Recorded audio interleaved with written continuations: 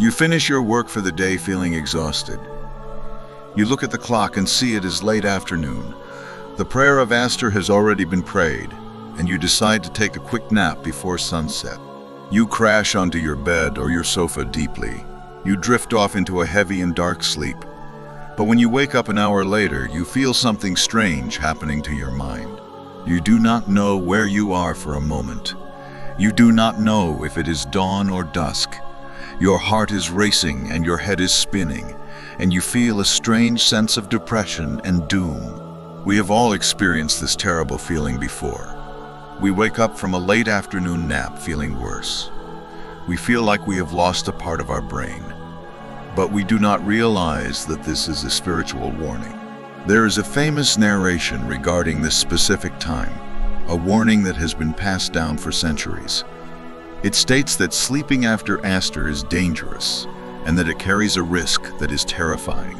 The narration says whoever sleeps after Aster and loses his intellect or goes mad, let him not blame anyone but himself. This is a shocking statement to hear. It connects a simple daily habit to insanity. It suggests that you can literally lose your mind simply by closing your eyes at the wrong time. But is this just a superstition, or is it real? While scholars debate the chain of this narration, the medical and spiritual reality of it is undeniable. The righteous people of the past avoided this sleep. They called it Gelula, which means the sleep of destruction. They believed that the time between Aster and Maghrib is a time of high spiritual sensitivity. It is the time when the day is ending and the deeds of the day are being sealed. To be asleep during this closing ceremony is to be absent when your record is closed. It is a sign of heedlessness or ghafla, and it exposes the soul to spiritual vulnerability. But let us look at the biological side too. Modern science calls this phenomenon sleep inertia. When you sleep late in the day near sunset, you disrupt the natural circadian rhythm of the body. The body is preparing itself for the night cycle, but you force it into a deep sleep prematurely. So when you wake up right at sunset, your brain is chemically confused and disoriented. This confusion causes that heavy brain fog. It causes extreme irritability and bad mood. Have you noticed how angry you are after an Aster nap? You snap at your family and you feel miserable. This is the minor form of losing your intellect. You lose your emotional control and your clarity. You become like a person who is intoxicated, stumbling around the house, not knowing what to do. But there is a darker spiritual reason as well. The time of Aster leads directly into Maghrib, and we know that Maghrib is the time of the devils. It is the hour when the horns of Shaitan rise. If you are asleep when the sun goes down, you are unconscious during the shift change. The devils spread out across the earth at sunset, and they look for people who are vulnerable. A person sleeping through this critical transition is like a house with no guards at the gate. The negative energy of the evening settles on you, and you wake up with a heavy chest. The righteous predecessors were very strict about this. They would not even let their children sleep after Aster. They would keep them awake and active and playing, to protect their minds and their spirits from harm. The great doctor of the heart categorized sleep into different types and rulings. He said the sleep after Fajr keeps you from provision, but the sleep after Asr calls for madness. He understood that there are blessed times for rest, and there are cursed times for rest. The blessed nap is the Qailula, which is taken before or just after Duhr. This is the nap of the prophets and the pious. It is a short power nap that energizes the body. It gives you strength to pray at night, and it refreshes the mind for the rest of the day. But the nap after Aster does the exact opposite. It drains the energy and ruins the night. It makes it impossible to sleep properly later, which leads to insomnia and further mental distress. There's also a connection to the prayer of Aster itself, the prophet said. Whoever misses Aster, it is as if he has lost his family and wealth.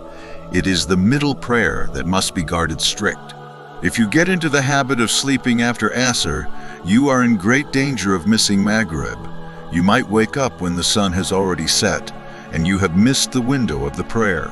This negligence opens the door to Shaitan. He loves to make you sleep through the deadlines. He makes the pillow feel extra soft at 5 p.m. because he wants you to wake up in darkness. The risk of madness mentioned in the narration might not mean you go crazy instantly, but it refers to the gradual deterioration of the mind, the loss of sharpness and memory and focus. It refers to the depression that settles in the heart. Many people who suffer from anxiety and sadness have a habit of sleeping at this specific time. They are feeding their depression without knowing it. So what should you do if you are tired? You come home from work and you are exhausted. Your body is screaming for a few minutes of rest, but you know the danger of the Ajr nap. You must fight the urge and stay active. Go for a walk or sit with your family. Read the Quran or do your evening adhkar. Do anything that keeps your eyes open. Wait until the sun is fully set and Maghrib is prayed. Once you have prayed Maghrib, the danger has passed. You can then relax or go to sleep early. This is the healthy and natural cycle of life. The time between Asr and Maghrib is precious. It is one of the best times for dua, especially on a Friday before the sun sets. It is a time to ask Allah for your needs. Do not waste this golden hour in unconsciousness. Do not trade the time of mercy for a headache.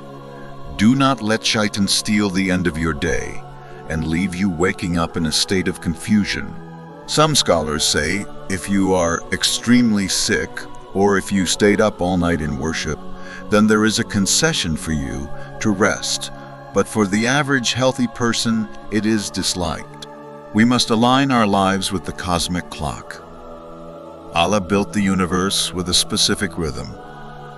The day is for work and the night is for sleep, and the edges of the day are for remembrance. When we fight this rhythm, we suffer the consequences.